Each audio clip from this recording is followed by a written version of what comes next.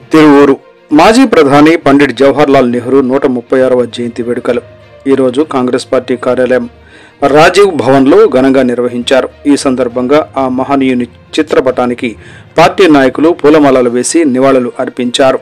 పలువురు వక్తలు మాట్లాడుతూ స్వాతంత్రోద్యమ మరియు దేశ ప్రథమ ప్రధానిగా పండిట్ జవహర్లాల్ నెహ్రూ చేసిన సేవలు చిరస్మరణీయమని కొనియాడారు. ఈ కార్యక్రమంలో రాష్ట్ర, జిల్లా, మండల, బ్లాక్, పట్టణ కాంగ్రెస్ నాయకులు, కార్యకర్తలు పాల్గొన్నారు.